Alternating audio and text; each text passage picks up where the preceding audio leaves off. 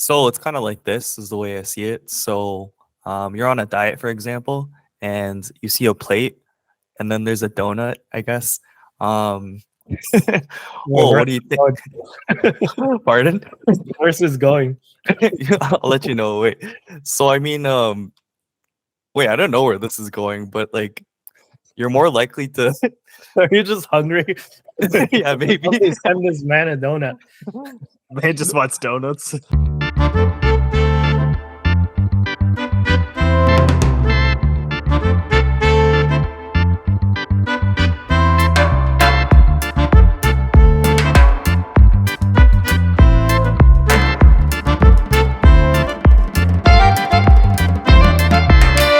All right, now we are live. So, everybody, welcome back to the Zillennial Money Podcast. As always, I am your host, Andy, and I'm Dominic. What's up? I'm Tristan. Hello. yeah, welcome for those of you who have just joined us as of this week. Welcome to the new subscribers. So, if you guys don't know what this show is about, what we do is we talk about politics, we talk about investing, just anything interesting. We talk about tech as well. So we got a loaded docket again this week. Lots have happened. So yeah, if you guys are ready, why don't we jump right into it? So the first story is, so we talked about the Iowa caucus the week before. Now we have the results of the New Hampshire Republican primary. And in case you guys don't know the difference between a caucus and primary, caucus is basically everybody gets in a room and you stand in a corner and you kind of vote with your feet. But a primary is more kind of along the lines of a traditional voting process where you would just, take a card and then put the card in the box. But anyways, Trump has won the New Hampshire primary. So the results were 54% were in favor of Trump and 43% were in favor of Nikki Haley. And Ron DeSantis dropped out of the race. Wow. Dropped out of the race before the New Hampshire primary even started. So he still got like 0.7% of the vote, but that's not really like accurate and fair to like Ron DeSantis because he already dropped out by that point. But the case is that Trump has once again won another state and looks well on his way at clinching the Republican nomination. Although Nikki Haley, even though she technically, well, she did lose the New Hampshire primary, she vowed to stay in the fight and continue at least until Super Tuesday, which for those of you who don't know what that is, I think it's in March. It's one of the Tuesdays where a bunch of state all vote at once. So there's that.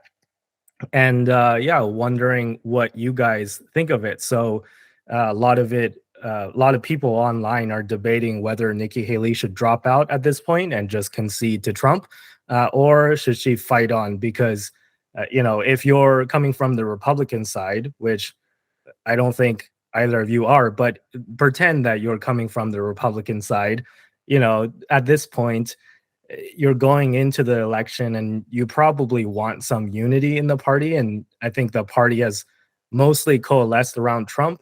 But maybe Nikki Haley still has a chance. I'm not sure what you guys think. Does she still have a chance? Should she stay in or she just drop out? You can go first. Yeah, I'll jump in here. I think that the fact that she got 43.2%, like that, I think gives her enough of a justification to stay in at least for a bit. I don't know if my expectation is that she'll win, but at the very least, she's giving some sort of fight. It's not like Trump is at, 70% and she's at 20 and the rest of the votes are split. Like she's at least close-ish to catching up. So there's a little bit of wiggle room. So yeah, you see, to put that into more context, though, New Hampshire is mostly, I would say, a more moderate / left-leaning state. So it's it's been revealed in polls that Nikki Haley does very well among moderates and independents, and the vast majority of the people that voted for her in New Hampshire identifies as moderates or independents. And also, New Hampshire has what's called an open primary, which means that you don't have to be a registered Republican in order to vote. So if you're a registered Democrat and you just want to, vote against Trump because you just hate him so much, then you could theoretically walk in and still vote for any of the candidates that are on the ballot. So that's one thing to note. And the next thing is also, I believe the next primary is South Carolina, which, funny enough, is her home state. So she was the former governor of South Carolina. And initial polls, as of recording this, the South Carolina primary has not occurred yet. But according to polls right now, I think she's lagging behind Trump by like 20 some odd percent, like 20 some odd points in her own home state. So it's not looking good for her at the very least. So like it kind of looks like to me that everything is wanting to switch in terms of political stance for everyone. It's not like she's too far away from Trump. So ironically, this is pretty close statistics to my YouTube shorts. Like, follow and subscribe to my channel, by the way, plug. So I think she's not too far from home. I think she still has a bit of a chance. So not quite lost yet. All right. Yeah. She's got enough. I think she's got enough justification to stay in the race at least, Like maybe drop out later, but I think she's got enough to stay a little bit longer. Looks like there's still a fighting chance, right? So yeah, and also on that note, slightly related, but I think the next big political news in terms of the 2024 U.S. elections is going to be seeing who Trump picks as his running mate, aka the VP candidate. So there's a lot of chatter online that he might pick Vivek Ramaswamy, who was very quick to endorse Trump when he initially dropped out after the Iowa caucus.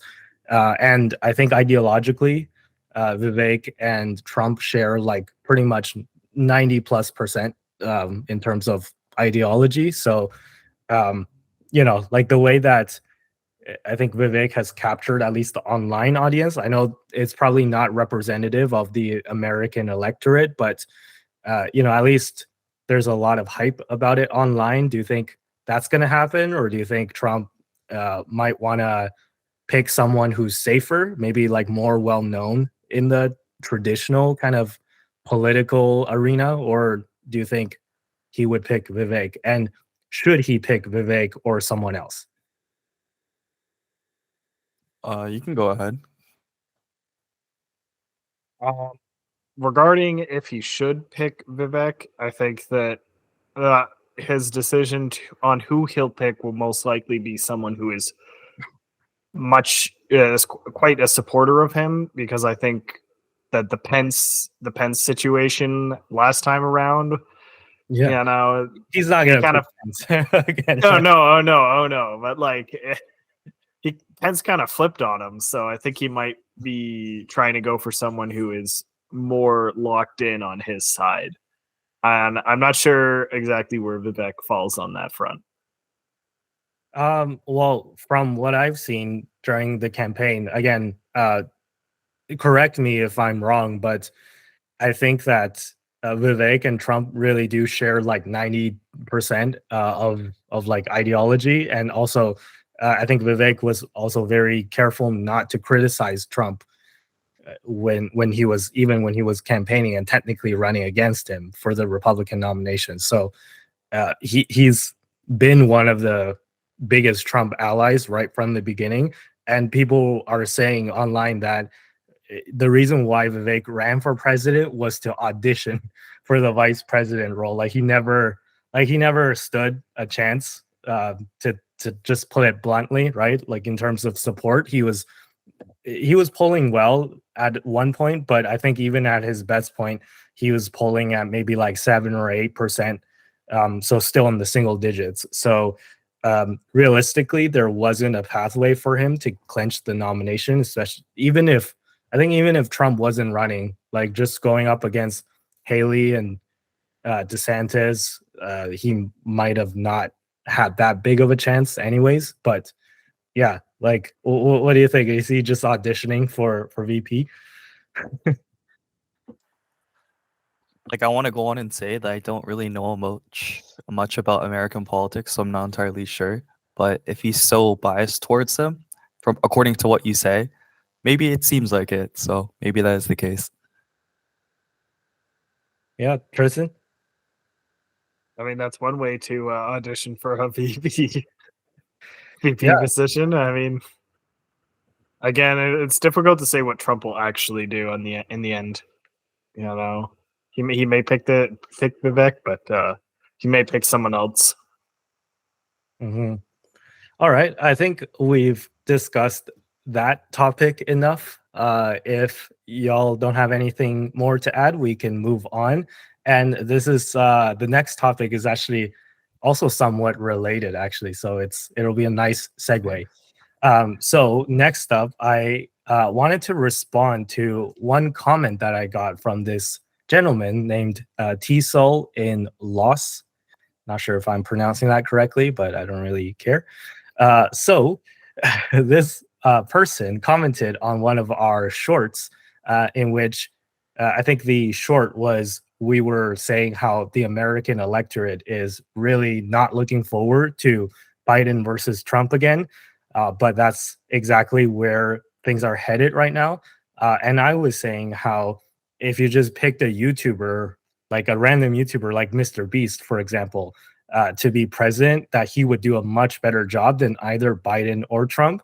And I think this person who commented might be either a huge fan of Trump or a huge fan of Biden, who might have been a little upset at that comment at me suggesting that a YouTuber would do a better job than Biden or Trump. So let me show you the comment. So I'll put this in the edit. So you guys have the document in front of you. You guys can see it, but I'll put this in post. But essentially his comment is, this is what ignorant people sound like. So several things I have to say to that, and then you guys can respond too. So number one, I mean, he might be onto something, right? Because at the end of the day, what you got to realize is that you don't come here, like as an audience member, you guys don't come here to hear like a scholarly article or a scholarly debate, academic debate about politics. We're just literally three random guys. So maybe there is some blindness, some ignorance.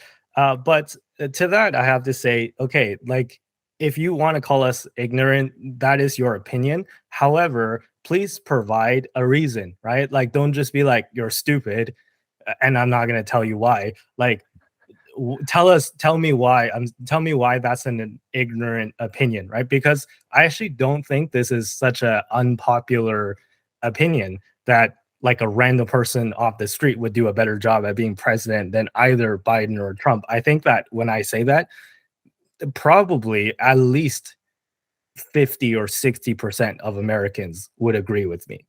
Like that's just I have no data to back that up, but that's just my opinion. So what do you guys think? Are we just ignorant people or are we onto something?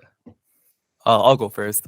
First of all, we can say and do whatever the heck you want. So whatever you think, we do not care. We're going to continue to post regardless. And secondly, I'm sure 1 in 5 people think what we said in that post is probably somewhat relatable. So in the end of the day, that's your opinion.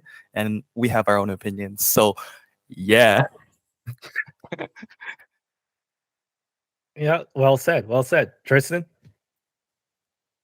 I mean, there's also the fact that we're Canadian talking about American politics, so maybe there is some ignorance kicking in there. But as America's hat, I feel like we do get a lot of American. We get a lot of stuff from America flowing across the border. So I think that we have just by the fact that we're politically, paying attention, we're going to be less ignorant than a lot of people who are, actually within America who aren't paying attention. So I think it's yeah. I mean, it's his opinion. It's not offending me. I don't feel any more or less ignorant because of this comment. Yeah, like I said, right? Like if you wanted an academic scholarly article explaining like the nuances of political science, you came to the wrong neighborhood. So that I'll leave it at that, because I think we've said all we needed to say on that. But yeah, anyways, you guys keep the comments coming, like even if but try to be, I guess, like try to be constructively critical if you are going to be critical, right? So tell us a reason why. Like I don't mind you calling us ignorant, but just again, tell us why. What's your opinion? How are you going to solve world issues, right? It seems like this T-Sol guy has everything figured out. So if he's so smart, why don't he suggest something, right? So if Mr. Beast is making Mr. Beast the president is a stupid idea, like what's his idea, right? Like he's probably gonna say like, oh, just make Biden or Trump president again. So it is what it is. I actually want to add something too as well. Hopefully it's not extremely controversial, but in Canadian school systems, in our education and our news medias, we actually have exposure to both US and Canadian news and international news. And we know a lot about American culture and the nuances behind that, versus on the other hand, controversial, but in American education, it seems really biasly American. It's not like you're going to talk about Justin Trudeau on CNN as much as you will for Biden. There's not much exposure to Canada in the up north. I'll be honest with you, 1 in 3 Canadians don't even know the capital of Canada. So mic drop, I'm going to leave it at that. Yeah. So, again, feel free to disagree, but I think that we're a lot less ignorant about politics and like just political matters in general of both the US and Canada than like the vast majority of people. So yeah, anyways, there's that. Let's move on because I think we spent enough time talking about that one. Let's actually talk about Canadian politics now. Wow, I love how everything just segues into each other today. So the Canadian politics news, the biggest news that has come out in a while is that a federal court in Canada has ruled that Justin Trudeau's invoking of the Emergencies Act as a reaction to the trucker convoy protests was quote unquote not justified. So for more context on this situation, basically the federal government had mandated that all federal employees and truckers who are, the guys that drive the big semi trucks that deliver groceries and, farming produce and stuff. They were the ones also, along with other federal employees, required to get the COVID-19 vaccine. Now, I'm not going to get into the debate about vaccines, right? So, people are supercharged about this and they have opinions on whether whether you should get a vaccine, whether you should not get the vaccine. Listen, I'm a libertarian, so I support whatever your decision is. So if you choose not to get the vaccine, I think personally that you should be able to make that decision.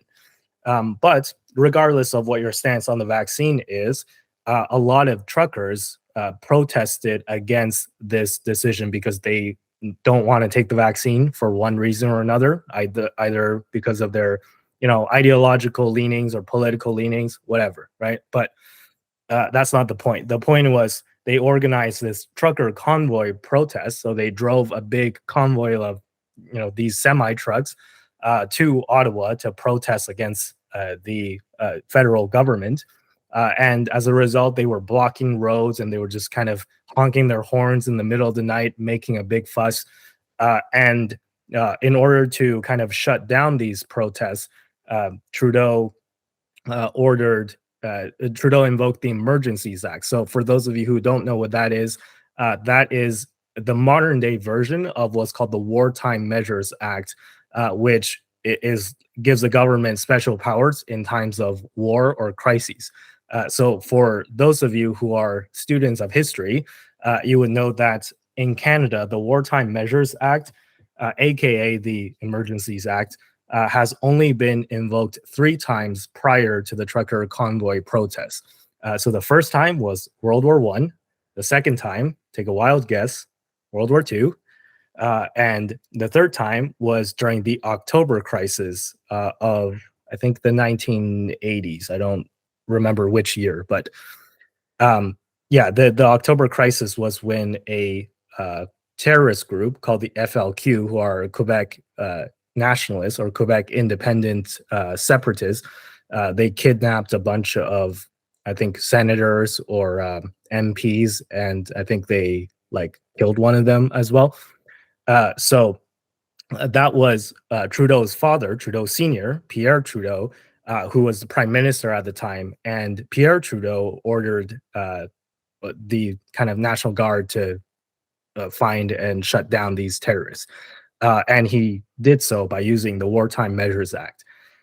So now Trudeau Jr. has invoked the Emergencies Act, but instead of against FLQ terrorists, he did it against some truckers. So this provoked a kind of a negative reaction right off the bat from just the general public, even people who are not supportive of the truckers' ideologies and their cause. Basically it was a whole mess. And then there's lawsuits going on about whether or not it was justified or not. And then now a court has ruled that it was not justified. But to be clear, this is going to be appealed, right? So the federal government has appealed this decision. It's most likely going to go to the Supreme Court of Canada, and we'll see how the Supreme Court rules. It doesn't trigger an election or anything, so it's not gonna.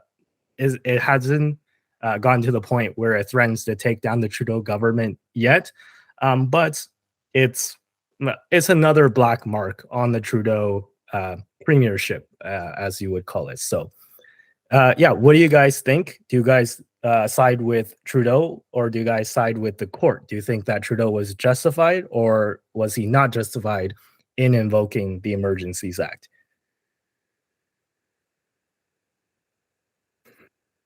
Silence. silence in the halls. I think I must confess, I definitely think that the usage of the Emergencies Act was an extreme reaction given the comparable situations in which it has been invoked in the past. This wasn't a terrorist attack. This wasn't a world war. This was a bunch of people protesting very clearly, annoyingly, but there wasn't people dying. There wasn't lives at risk. I would say that the usage of the act to end the protest, it feels pretty gross. It feels a lot like a misuse of the act in order to put down dissidents within the country. It just seemed like an overreaction, and I can't really support that from the Trudeau government. I was not very impressed. What do you think? Yeah, what do you think, Dom? Personally for me, I think I feel like most of us are leaning towards the left more, on our political stance. That's just how we are. But this wasn't a W for Trudeau for sure. I felt like this is kind of slightly out of pocket. Like Tristan was saying, it's not like people were dying or something. It's not a world war or a terrorist attack.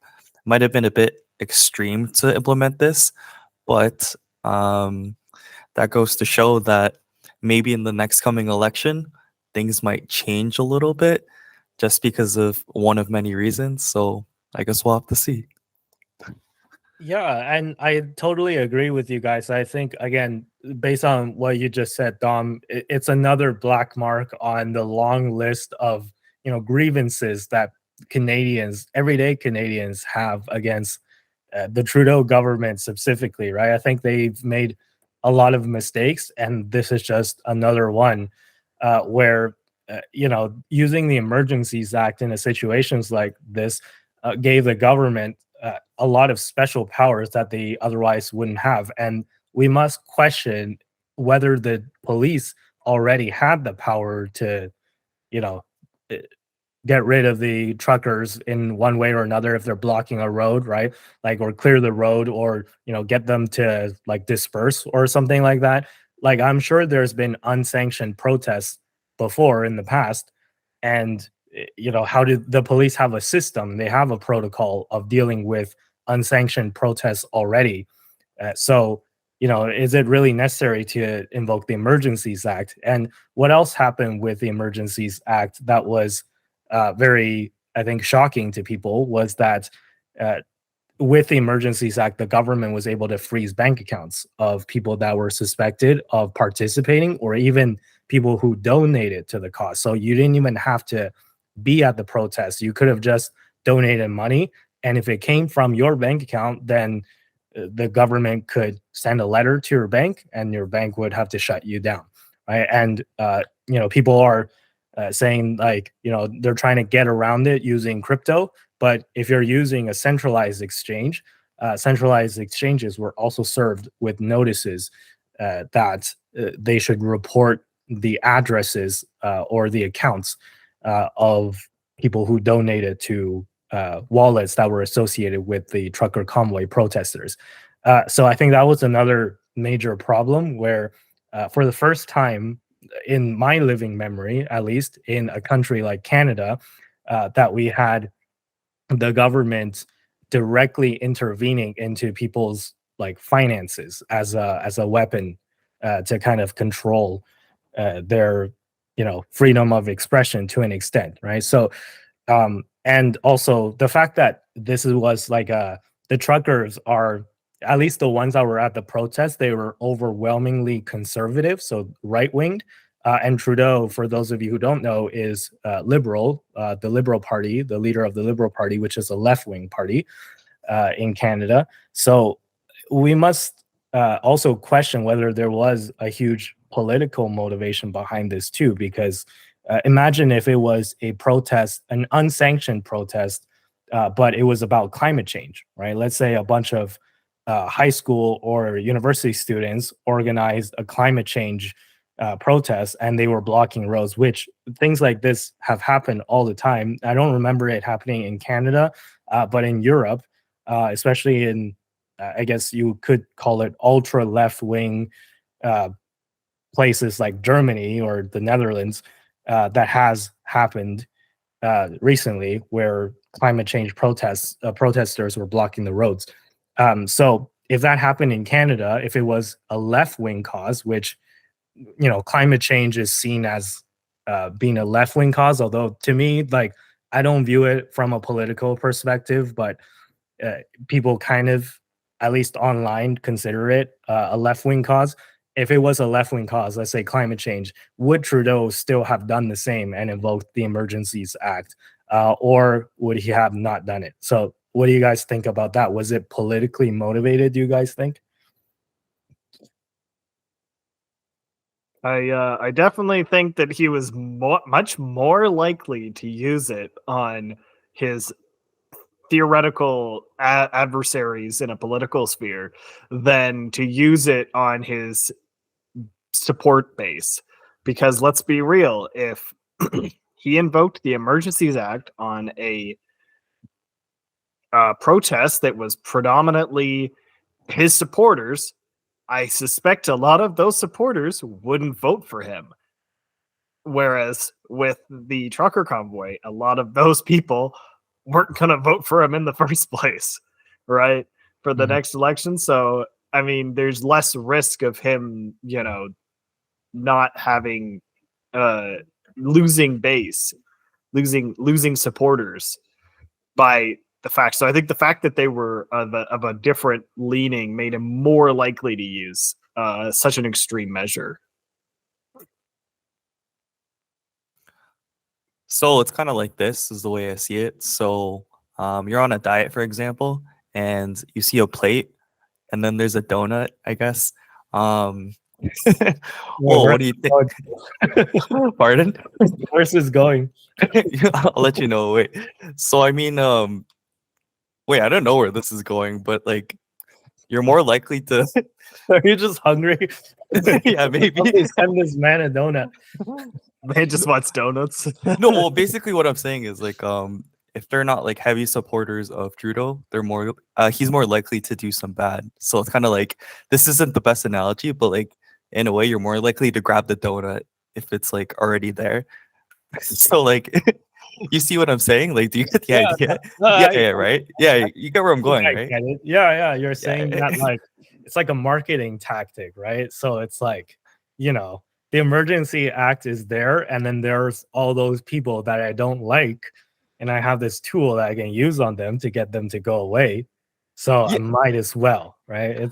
It's like you're checking out after like spending $100 or like $300 at the grocery store, and then you're like, I'm already spending $300. Let me just grab this candy bar on my way out. Exactly. Like you're already like it's already there. It's like not hard to use, So I guess it makes sense. Trudeau is very willing to do stuff to help his support base, while not helping the groups that are not going to support or less likely to support him. For example, like with how he removed the carbon tax for the oil-based heating, in which predominantly helps out the his supporters in the Maritimes, where there's historically been more of a liberal voting scene. But he has not removed the carbon tax on natural gas, which is the predominant heating method in Alberta and I believe Saskatchewan as well, which tend to vote for the right. So he's very willing to do stuff to help his base. And I think that that's very dangerous, right? Because that kind of just represents everything that's wrong with Canada. Or like, people think I'm picking on Trudeau, but like, he's the one in charge right now, and he's the one doing it. And if it was another prime minister doing it, even if it was the prime minister from the conservative side or from any side for that matter, I would be equally as mad, right? So I'm not trying to like be partisan and pick sides. I'm just kind of expressing my opinion about things that are happening right now that I think are wrong. And yeah, like these kind of like political games that our current prime minister likes to play, I think is very detrimental to the country. I think it's also kind of a dangerous precedent to set, like in the future too.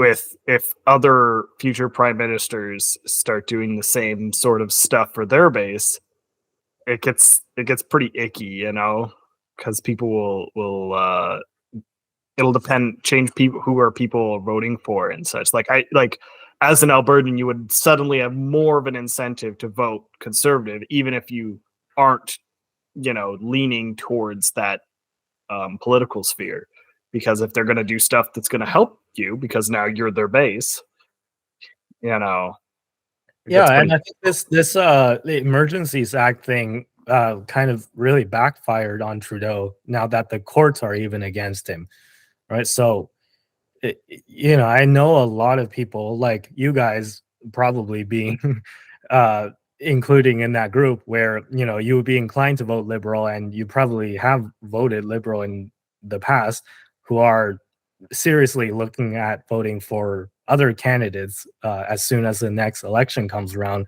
because of these shenanigans that Trudeau likes to play. Correct or incorrect? Sudden silence. I don't know if you guys agree. My bad. Agreed. Yeah, I think when you take the list after 1, 2, 3, 4, 5, 6, 7, 8, you're gonna get to a point where I think it's about time for a switch. So we're reaching the edge of the mountain, and one step more is you're just gonna fall off the cliff. You know what I mean? So yeah. Oh yeah, no, Trudeau's fallen off the cliff for me a long time ago.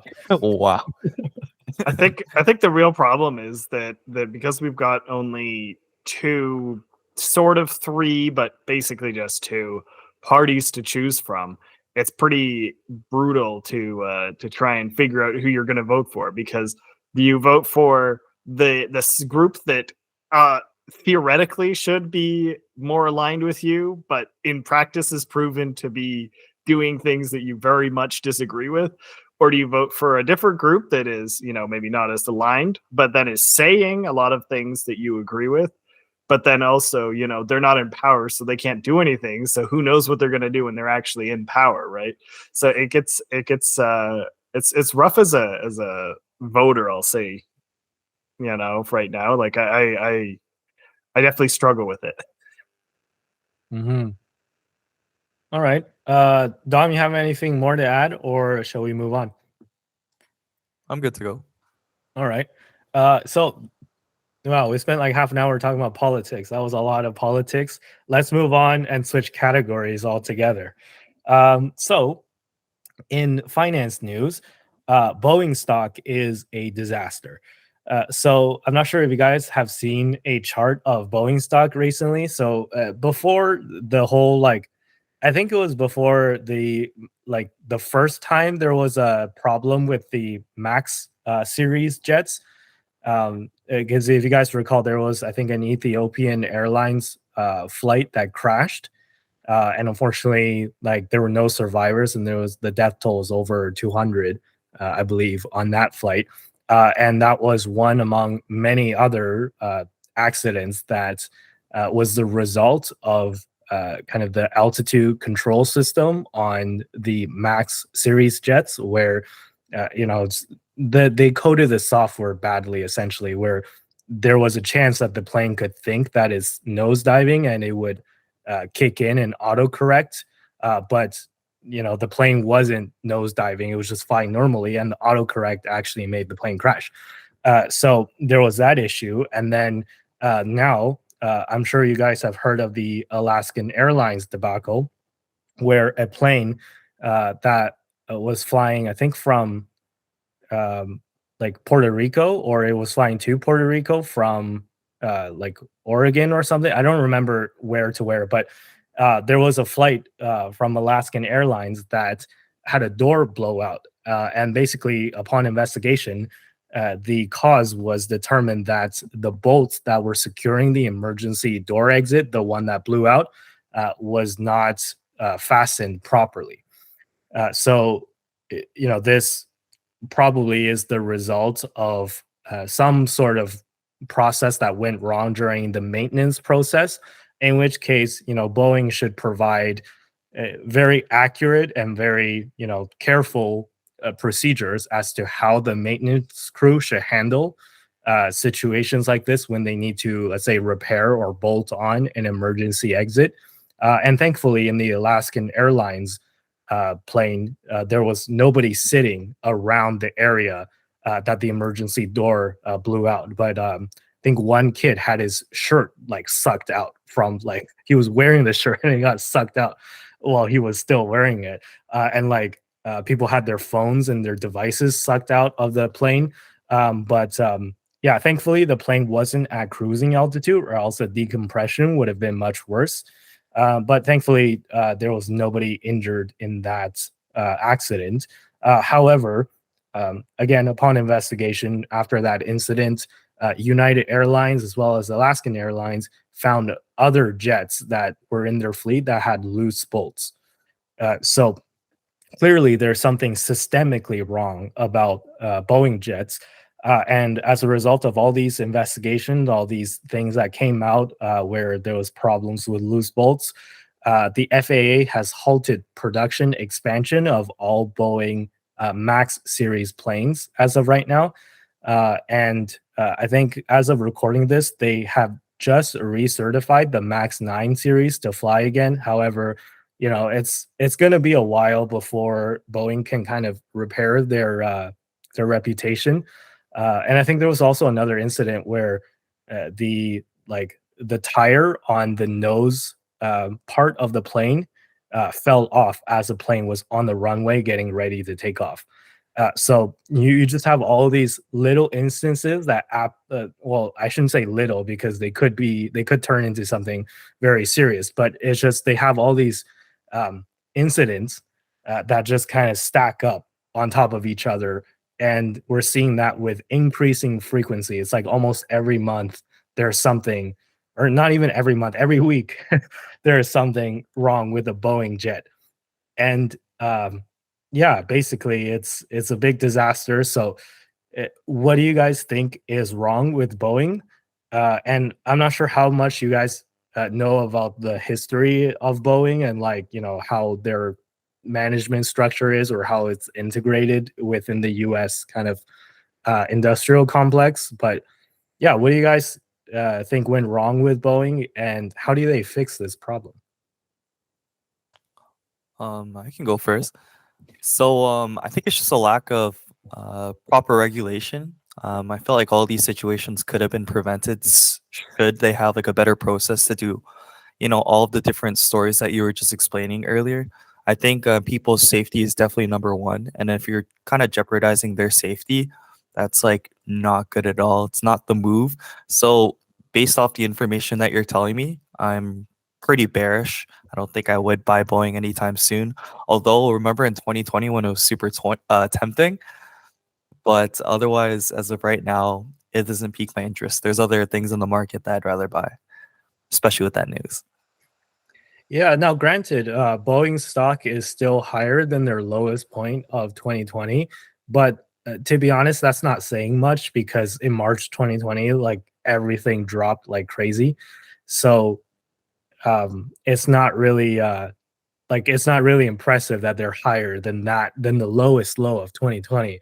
If you look at, let's say, like a 5-year chart or like a 3-year chart, the performance has been extremely lackluster of the stock. And yeah, I personally, and this is my opinion, but I do think that Boeing stock, no matter how cheap it gets, unless it really does go to like $50 again, or like however low it went to in March 2020, but unless something crazy happens where the stock drops like another 70-80% or something like that, I think for the time being Boeing is just completely uninvestable. But yeah, Tristan, I'm curious to hear your thoughts on this. I think it's pretty clear that Boeing has some issues that they need to resolve.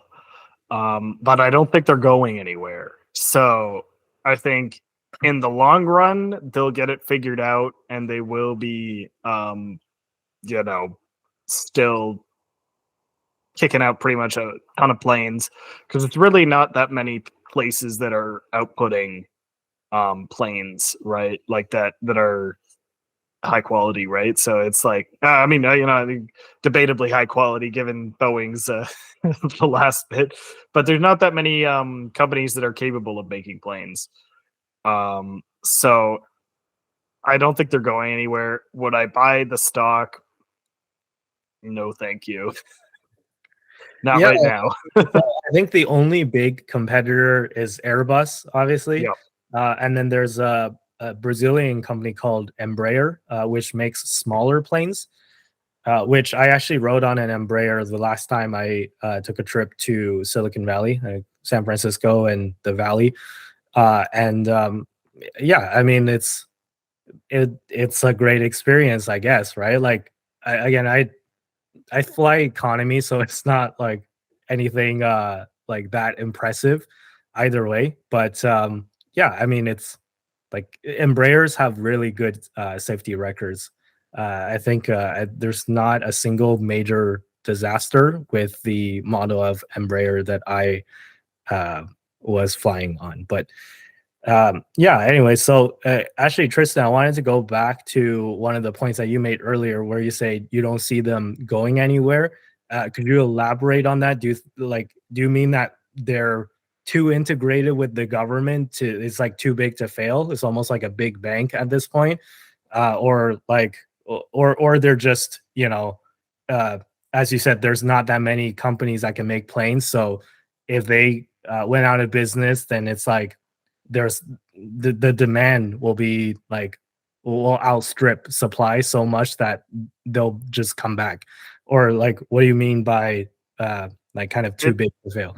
It's kind of all of the above. Like, I think that they're very integrated with the government, and then like the US government, and then the fact that there isn't really very many competitors that would be able to take up that demand means that it's very difficult for them to be completely avoided. And in the past, they've had, reasonable safety records. Like they've made, thousands of planes at this point, and had, far less problems than like car manufacturers, for instance. Obviously, it's a bigger deal when a plane crashes than when a car crashes. But at the end of the day, I think they have become so integrated and so big and so influential that it's going to be basically impossible to root them out and have them completely fail at this point. No, the follow-up question to this is not about Boeing specifically, but about just kind of capitalism in general.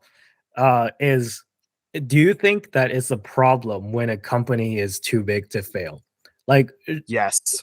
Could there be like, absolutely, should we allow big companies to fail? Right. So this is a kind of a thing that I have thought about a lot ever since the 2008 financial crisis, where the American government swooped in and saved a lot of these big banks and financial institutions that were going to go out of business for sure if they did not receive help from the government.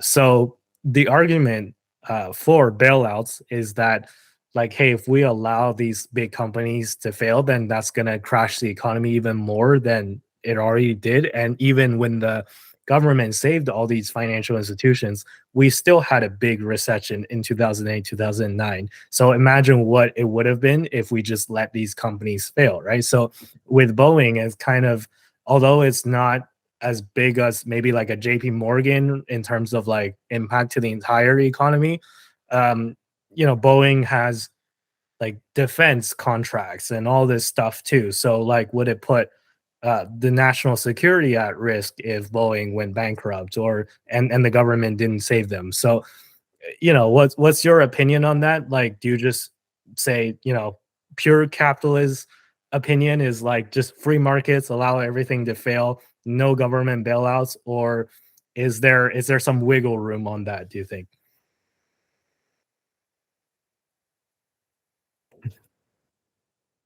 All right, I'll go. I definitely think that they should have let those banks burn. I'm sorry. I understand there would have been a really bad recession, but there was already a really bad recession, and all they did was teach the banks that, guess what?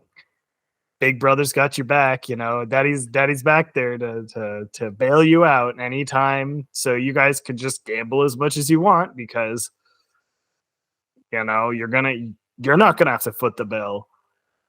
The taxpayer's gonna foot the bill, and I think that is for one, a dangerous precedent to set, and for two, like, I don't think we should have allowed these companies to get to this scale in the first place, because that just becomes an existential threat for the country, right? So it's just that's a good point. So what you just said about like companies just YOLOing money because they know that the government will bail them out.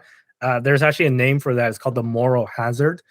So in case our audience members need a refresher on what that is, basically it's like, imagine if you had car insurance that covers absolutely everything. Even if you crash and it's 100% your fault, you still get a brand new car if you total your car because the insurance will cover it. So imagine if there was a policy like that, the theory is that you would be more motivated to drive more recklessly because you know that if you get into an accident, that your car will just be reimbursed completely, even if it's your fault.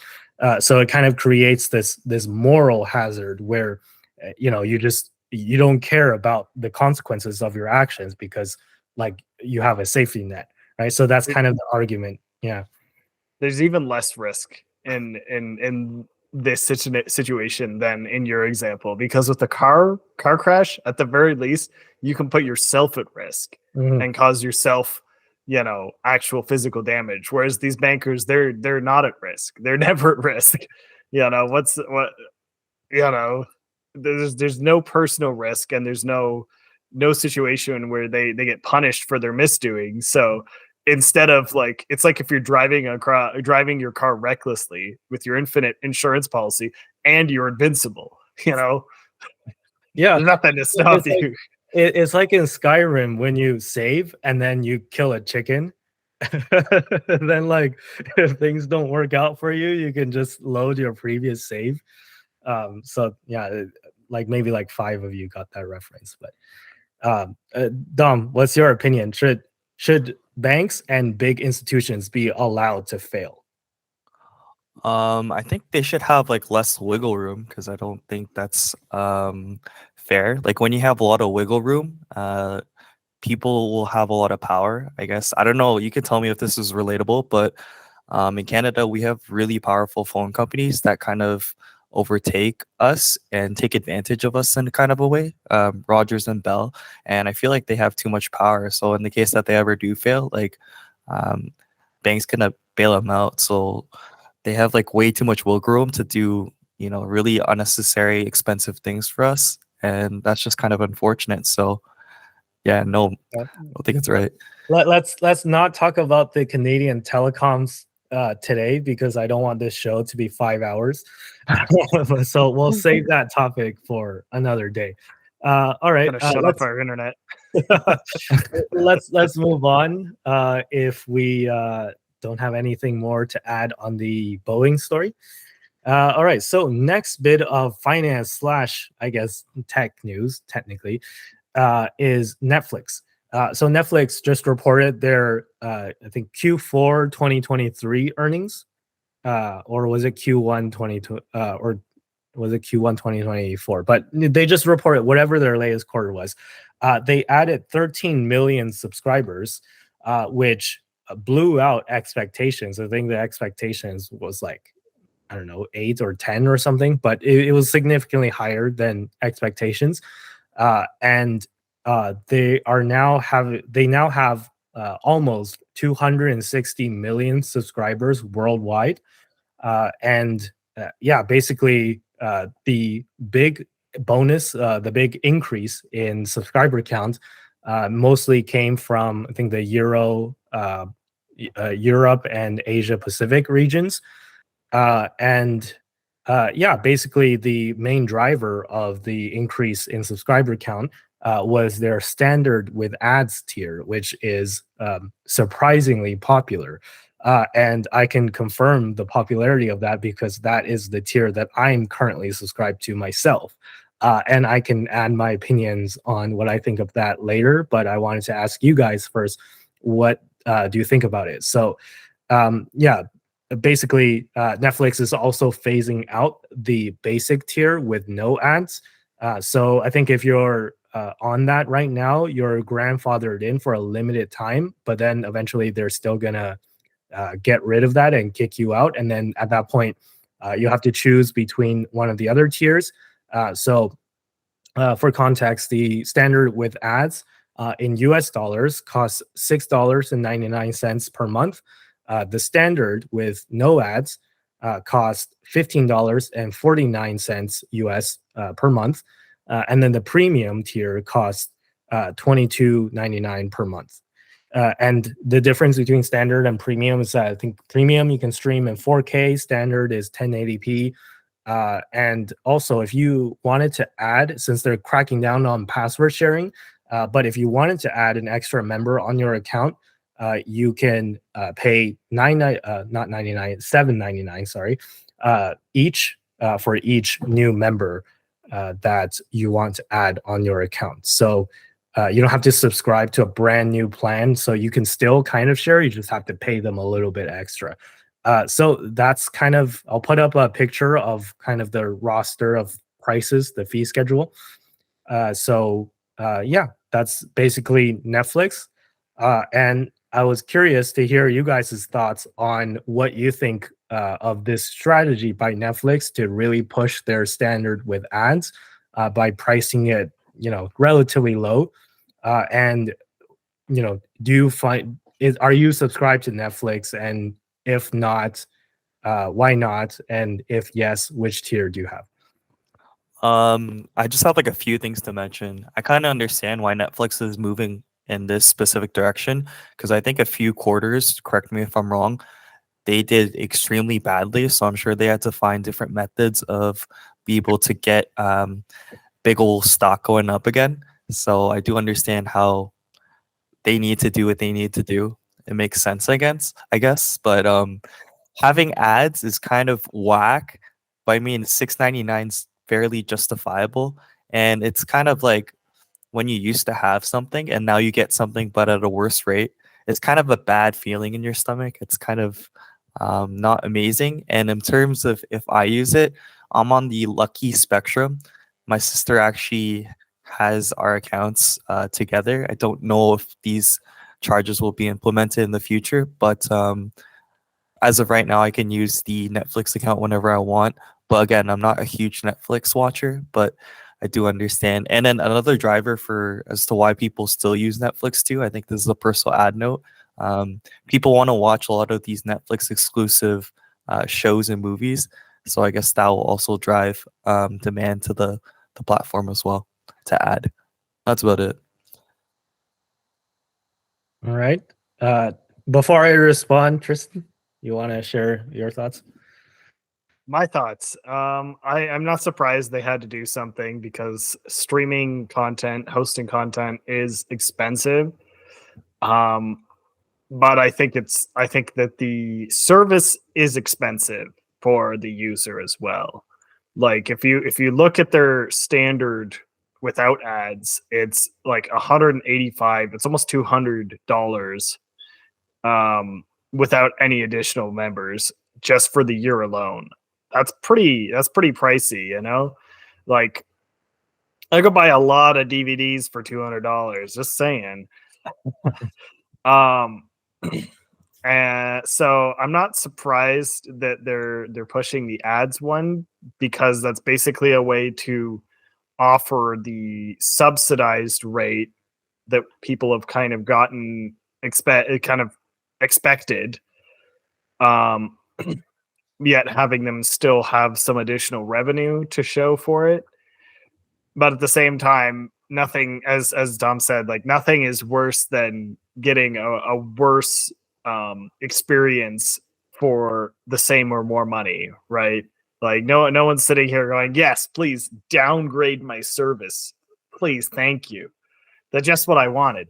So I think it's going to be pretty feels bad for the users, but I think for the Netflix's bottom line, I think they had to do something to stop themselves from burning the money pile too quickly. Yeah, so I think maybe I have a slightly different opinion, and I might disagree with both of you on this issue. I actually think that the standard with ads is great, and Netflix has a real winner on their hands. So hear me out, right? So I understand the concern about, like things that were previously, like it was previously no ads, and then now there's ads. But I remember a time when this was the time when Netflix had the dual streaming and the DVD mailing service.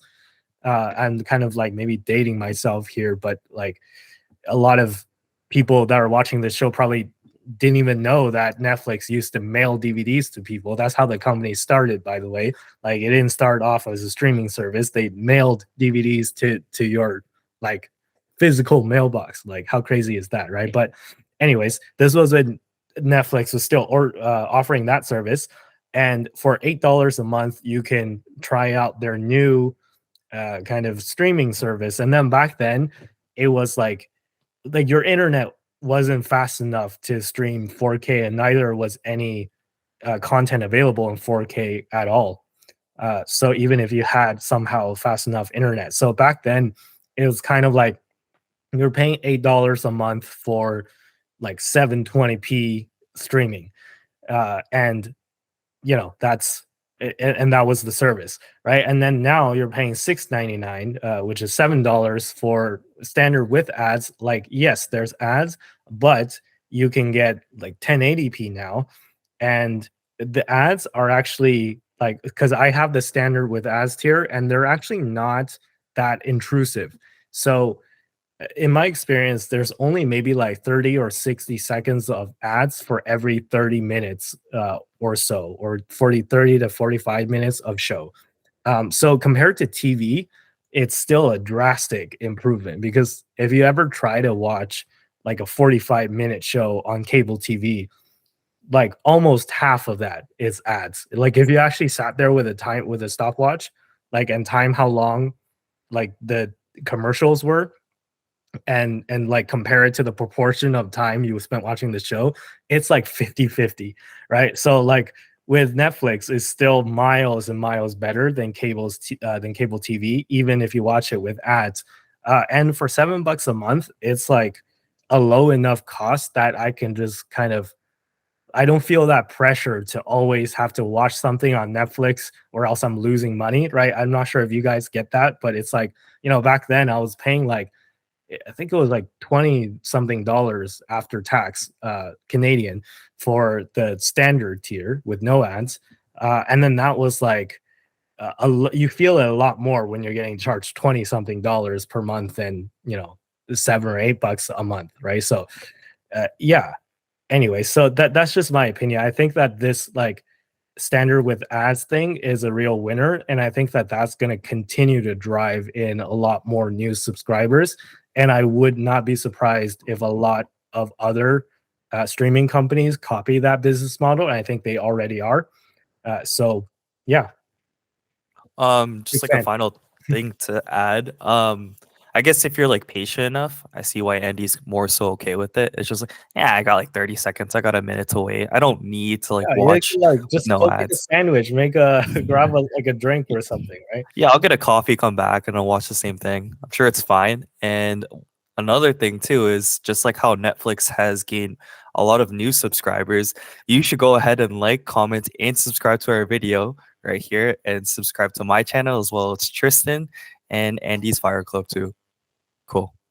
Yeah, for sure. Yeah, Tristan, you have anything to add? I don't think I have too much to add beyond that. I see your point that it will drive a lot of people to it. I think that the number of streaming services there are now has also gotten to a little bit of an extreme in which there's too many services. So I think it'll really come down to what is the best service, and if Netflix has good content and is reasonably priced, that will help it beat out a lot of the competitors if they don't follow suit and offer a lower priced ad covered Yeah, I should option. not have sold my Netflix stock. I actually bought some Netflix back when like they had their horrible earnings report, and then the stock crashed, and I think it went down to like, was it like under $200 dollars per share, and now it's like more than double that. So yeah, big mistakes were made, but what are you gonna do? Anyways, let's move on then, if there's nothing more to say about that. So next, this is kind of my own personal story that I wanted to talk about. So in case you guys don't know, I went on a road trip this past weekend to Quebec City, and I went with a couple of friends, and we rented a Tesla Model Y. I think it was a 2022 or 2023. It was one of the newer ones. And the interesting thing about that is that it had the FSD package. So FSD, in case you guys don't know, there's 3 different tiers of so-called autopilot on Teslas. So every Tesla comes with standard autopilot, which it's kind of just like glorified cruise control. Like there's nothing too special about it. It can follow the car in front of you, and it can keep like lane keep. And then there's enhanced autopilot, which is an extra package which will let you kind of switch lanes. So all you have to do to switch lanes is turn it on and then put your signal on, and then it can switch lanes automatically on highways. And then there's the full FSD package, which lets you make turns, right? So like it's like, it's supposed to be full self-driving, meaning that you can use it on local roads, and then it'll ideally navigate from point A to point B with as little takeovers as possible. So me and my friends, we tried that, and granted, it was on FSD 11, so the latest version is FSD 12. But we rented the car off of Turo, and I guess the host wasn't eligible for FSD 12 yet, so we only used FSD 11, so it's not the latest version. However, I just wanted to share my experience with that, and I think that unfortunately it wasn't as good as I was expecting it to be. So when I was watching like YouTube videos, maybe it works better in California versus in like Canada, because we're driving through like wind and snow and all that stuff. But there are YouTube videos of people driving from, let's say, San Francisco to LA with zero takeovers. Unfortunately, that was not the case with when we tried FSD. There were a couple of times when the car really did feel like a very novice driver, or it felt like a novice driver in general. But there were times where it was like phantom braking, right? So there's like nothing in front of it, and like it would start to slow down for whatever reason. Or there was times when we were driving at night and it was foggy, and the car activated the windshield wiper to try and wipe the fog away. So that was interesting. There's a couple of kinks that still need to be worked out, and unfortunately, like you guys know me, right? I'm the biggest Tesla fan ever, but that doesn't stop me from giving my honest opinion. And if you're a Tesla shareholder watching this video, don't get offended. I'm just sharing my personal experience. And in my personal opinion, that it's not fully ready yet for prime time. And I'm hoping that FSD 12 can be better. However, overall, it's still miles better than anything that other car manufacturers have to offer. So that is definitely a plus for Tesla. But yeah, whether it's worth 16,000 Canadian dollars for the full self-driving package, that remains to be seen. But I'm curious to hear what you guys think after hearing my story. Would you, like, given what I just told you, do you think that is worth 16,000 Canadian dollars? Or 12,000 US dollars, which is the price in the US equivalent, or if not, what price would you pay, or would you just not get it at all, no matter what the price was? Okay, so I have a few things. So first of all, I think it sounds like it's a bit too early. It's giving when something comes out and it's sort of like a new innovation, there's going to be a lot of bugs with it and it's not going to be super successful. Maybe perhaps wait a few versions of what you just mentioned, and then it'll be a lot better after fixing those bugs. And that's when you probably should buy in. Specific price wise, like I'm not quite interested or would be interested in that quite yet. So I'll pause on like price ranges. But it's funny you do say that you went on a Quebec City road trip on a Tesla. So as you guys know in this meeting here, but not for the general public, I went to Las Vegas this past weekend too. I had a really good time. But the one thing I did notice is I saw quite a larger number of EV cars. It was really cool. I actually saw Lucids, and I saw a car called Xpeng. I called up like Ubers, and I was so shocked. I was like in the Uber, I'm like, what the heck is this thing? Oh, it's an Xpeng. I'm like, the heck is an Xpeng? And I was on the strip, and I see like a car Lucid. I'm like, damn, we don't have that in Canada. That's crazy. Yeah. So the exposure of EV cars there, way more vast and higher There's a level Lucid versus home. office. There's a Lucid office in Vaughan that I pass by sometimes. It's like on the way Really? to like the Vaughan IKEA. It's like near Oh That, yeah. but yeah, I haven't seen any like actual Lucid cars in Canada, which is interesting. Yeah, one more thing I'll mention is just so when you're on the Las Vegas Strip, if you want to call an Uber, you're gonna have to go to a rideshare specific zone correlated to a hotel. And then as cars were coming in, I would just see, like Lucids, Xpings, Teslas getting picked up by people or them picking up other people. It's totally different in the Southwest Coast and the SoCal/Vegas area and North Cal, I guess. Really cool. I'd mention that too.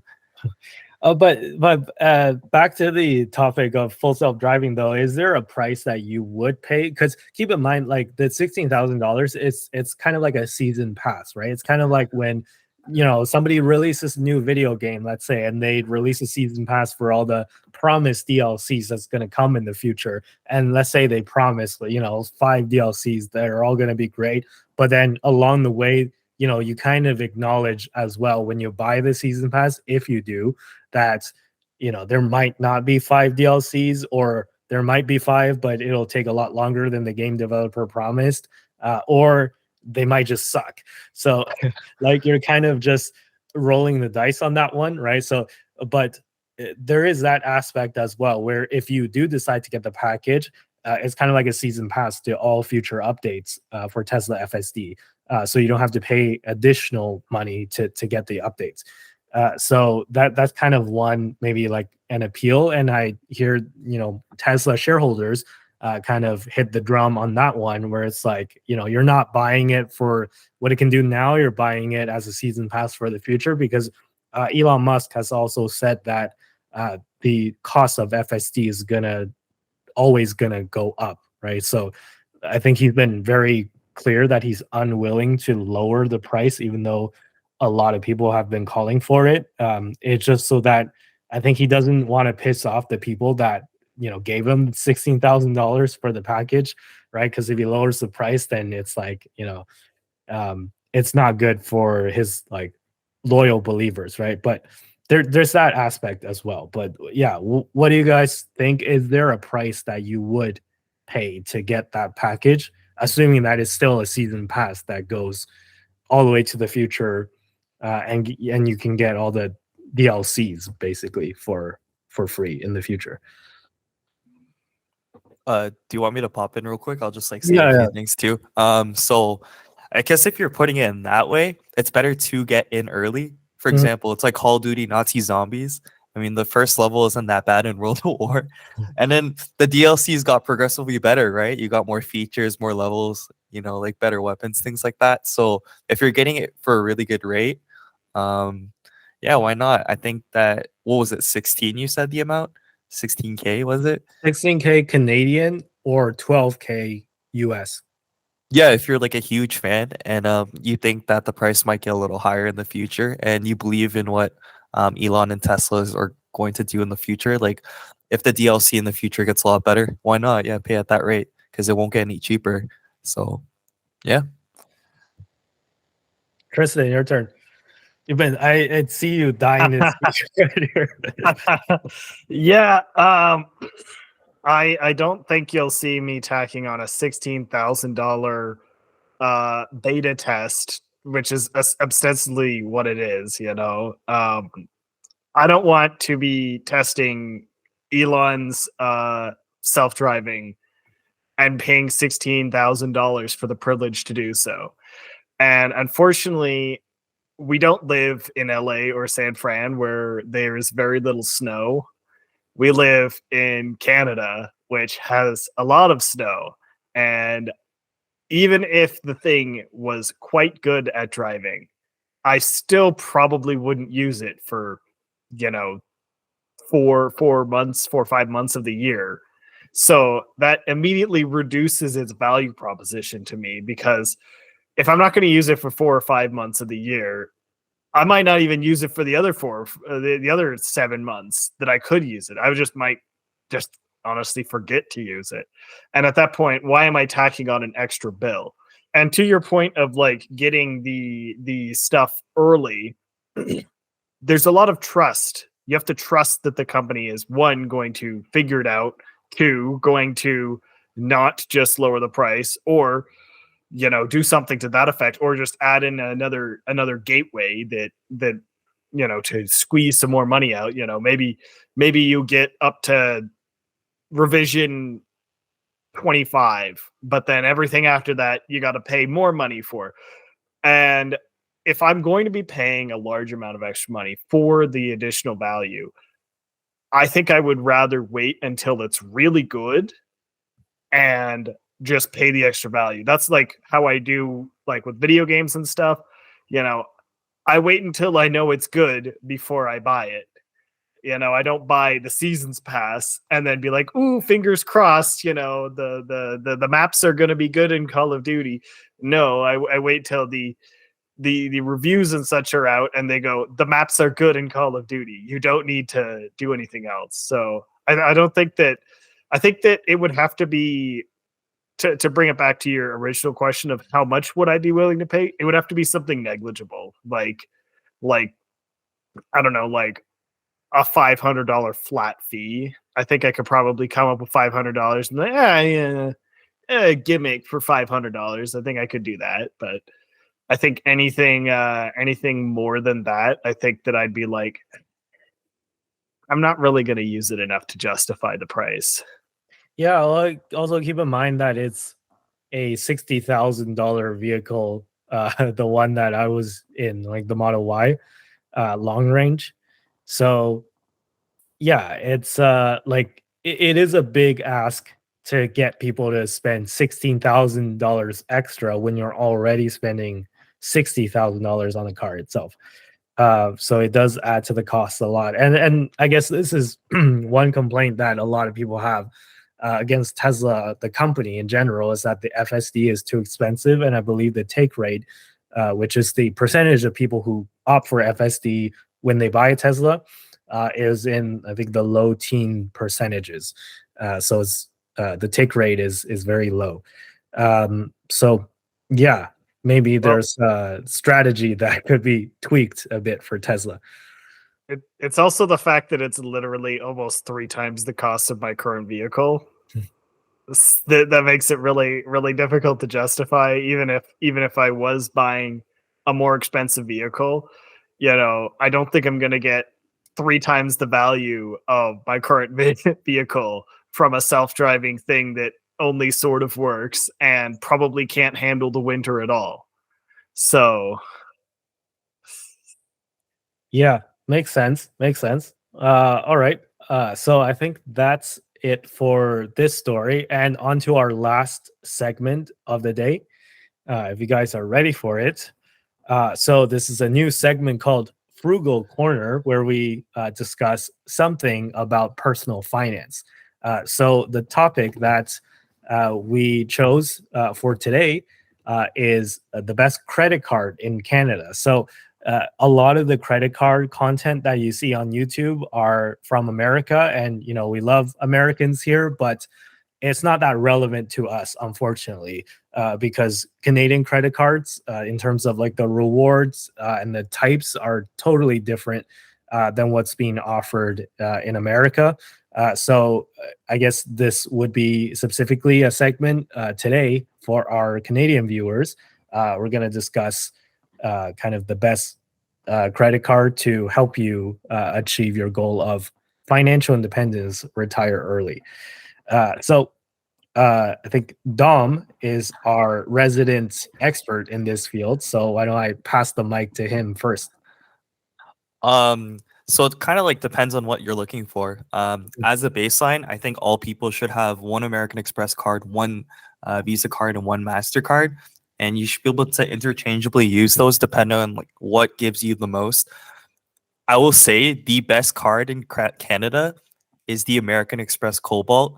The American Express Cobalt gives you 5 times the points on all eats, restaurants, and groceries, and it gives you 3 times the points on streaming subscriptions. So whether that be Netflix, Spotify, etc., and then 2 times the points on things like gas, travel, bus fare, etc., and 1 times the points on everything else. definitely get that for sure. I feel like I could go on forever, honestly. Are But you if are you being sponsored by American Express? Because that sounded like possibly, an ad. we're not sponsored, by the way, but like I truly believe in the American Express Cobalt. It's the best card because it's one-to-one transfer from any so your membership rewards points all the way to any airline of your choice. So whether that be Air Canada or British Airways, etc. There's many different partners that you can choose from, and you can fly for very cheap. You just have to pay for the taxes. How much time we got? Because Oh, we can go for like another like 10 minutes if you want. okay, well, like in terms of visa, like I personally would only pay one annual fee. For visa, I would just pick. I'm eyeing the Simply Financial 4% restaurant cashback card right now. I think that'd be really good, and I do have a Tangerine 2% category cashback card on the Mastercard side. But you can argue that there are more cards, but I'm not going to take up too much time because I'm sure these very Mastercard card holders will talk about the cards that they use currently right now. So I'll let you guys take it away. Yeah, I guess I can maybe go next. I know a lot of people in Canada right now hate Loblaws, and I don't blame them because it's just if you've been inside of a Loblaw grocery store, you know the struggle. However, I gotta say, and don't cancel me for this, but I really do like the PC Financial Mastercard, which gives you, I think it's like, I have the World Elite version, which is like the black one. And then I think that one gives you 30 points back per dollar on on anything that you buy at Loblaw's owned grocery stores, and also Esso gas stations. So it's a nice kind of like double combo where it's a good value if you use it for groceries, and it's a good value if you use it to buy gas as well. So Esso is Canada's version of ExxonMobil, by the way, for those of you who are unfamiliar with that brand. So yeah, that's kind of my go-to, and actually it's like one of the few Mastercard World Elite Mastercards that are annual fee free. So if you, granted, there is an eligibility criteria, so I think your income has to be at a certain level in order to qualify. But if you can qualify for the World Elite PC Financial Mastercard, it's annual fee free. So like it's like, why not, right? And like unless you really hate Loblaws that much, which I would understand, but it's just you got to eat. So you have to go to a grocery store, you have to spend money to buy food. You probably have to buy gas if you need to drive to work, or if you use your car for anything that is living related and not just for fun. So yeah, it's a great value. So that's kind of my go-to. And MasterCard is I also have the American Express Cobalt as well, but actually also have the American Express Platinum, but that's another story. Oh, do you now? Yeah, no, I've talked a lot. Caller Let over me here. let Tristan speak before I jump into my deal about American Express. I don't have too much to add. I have the Amex Cobalt and the PC Mastercard, so those are two big ones. But I think one of the ones that hasn't been mentioned, that's a little bit more big bank. I have the BMO Ascend World Elite Mastercard, and that is really good for travel. Like if you're booking a lot of like trips and such, you get a lot of points, and it does have an annual fee. But to put in perspective, I booked one trip with it, and I paid more than I got more points than the annual fee.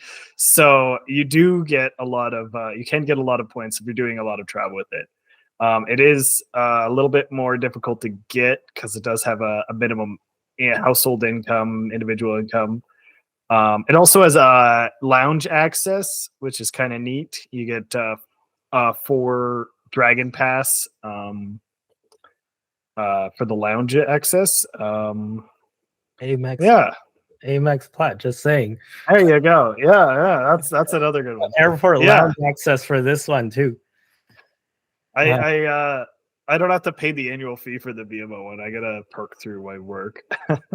Okay, well, that's an exception. So, like, I'm trying to offer, not financial advice, but offer financial experiences or anecdotes, I guess you could say, that would apply to, I guess, more of like the general public. I did cover the annual fee with the one purchase, though. I'd say that I saved more on my trip than the annual fee would have cost if I did have to pay it. All right, Dom, you wanted to say something? You look like you're about to. Like, no, I mean, if you insist. Otherwise, so like I am normally leaning towards the no annual fee side because annual fees can be very expensive. I'd recommend to you guys to perhaps, if you're Canadian, check out the Triangle Road Elite MasterCard for towing services. If you go on their website, it's quite nice and pretty good for like a no annual fee card. On top of that, I think if you're not trying to get an annual fee for an American Express card, I would recommend the MX Green card. I think that's also my radar next, and I'm trying to time a good welcome bonus for that, or I'll just get it now. We'll see, but definitely look into those for sure. Check out Credit Genius and Prince of Travel. And no, this isn't an ad. I'm just very passionate. And yeah. I gotta say, with the Amex Platinum, they just recently made a change to the fee structure, and in my opinion, it's better. But a lot of people, I guess, didn't like it because the fee technically went up. So what happened was, before you used to get only get the $200 travel credit, which you can redeem against plane tickets and hotels and all that stuff.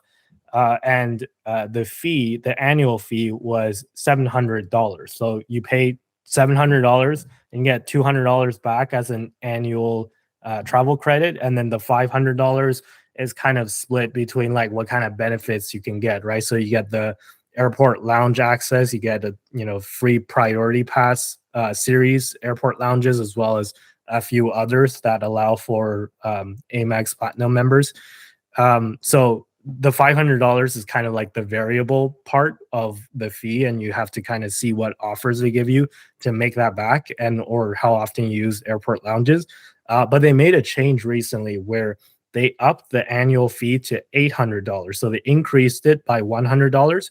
But in return, you also, on top of your $200 travel credit that's still there, you get a $200 dining credit. So the way the dining credit works is that they give you a list of eligible restaurants, and all you have to do is spend more than $200 in one sitting, which they're kind of on the fancier side of restaurants, so it probably wouldn't be very difficult to spend $200 at one of those places. So basically, if you spend more than $200 in one sitting on one bill, they take $200 off of your bill as a statement credit after you pay with the Amex Platinum. So all in all, like, yes, it did go up by $100, but you're getting $200 back as a dining credit. So your variable portion of the fee that you have to try and make back per year went down to $400 as opposed to $500. So it's like a give and take, right? Like it's kind of like you're getting $100 extra in like fancy dining, like in fancy restaurant food. So personally, I like the change, and I used my credit last year in 2023 for this restaurant called Dai Lo, which I'm not sure if you guys ever been to. It's in Toronto, and it's like an Asian fusion place. So it's a really great restaurant, delicious food. If you guys are ever in need of spending your Amex Platinum credit, if you get the Amex card, that is a highly recommended place to go by me. Not sponsored, by the way. But yeah, you wouldn't mind being sponsored. I honestly, we definitely wouldn't mind. Yeah, we definitely would not mind. So Amex, if you're watching this, hit me up. But until then, not sponsored. All right. Anything else you guys want to add, or should we end it here? I think we've been going for quite a bit of time. I think I'm okay. For everyone, American Express Cobalt card. I'm telling ya. I'm Or- telling ya. Or just jump straight to the platinum, you know? Up to you, but I'm telling ya. We don't have the Chase trifecta. No Sapphire here, so Cobalt's the best. Tristan, anything else to add? I do not have anything else to add besides I think the Cobalt is pretty good. All right. Unless you shop at Loblaws for your groceries. Yeah, no, If you shop at don't cancel. Yeah. Right? yeah, get the Shop at Loblaws card too. You know, 'cause, Oh, I shop at No they don't. So Yeah, but they don't take Amex, right? So yeah, no, that's why Loblaws that's, problem. that's why I use the PC financial card exclusively at No Frills, right? So, yeah, I mean, you got to do what you got to do. No Frills is the closest place. Life hack. Life hack. They sell Switch games at Shoppers, and you can redeem your PC points for them. Just FYI. I bought my Switch with PC points. The more you know. All right, so why don't we end it here? Great show tonight, guys, and we'll pick it up next week. Oh, before we right. Yeah, what he said. Also, to add to as well, be sure to subscribe to all of our personal channels too as well. So whether it be Tristan, I'm sure Andy will add it in the description below, and Andy's channel and my channel. Be on the lookout because we do post. And yeah, cool. All right. Have a great night, guys. See ya. Yeah.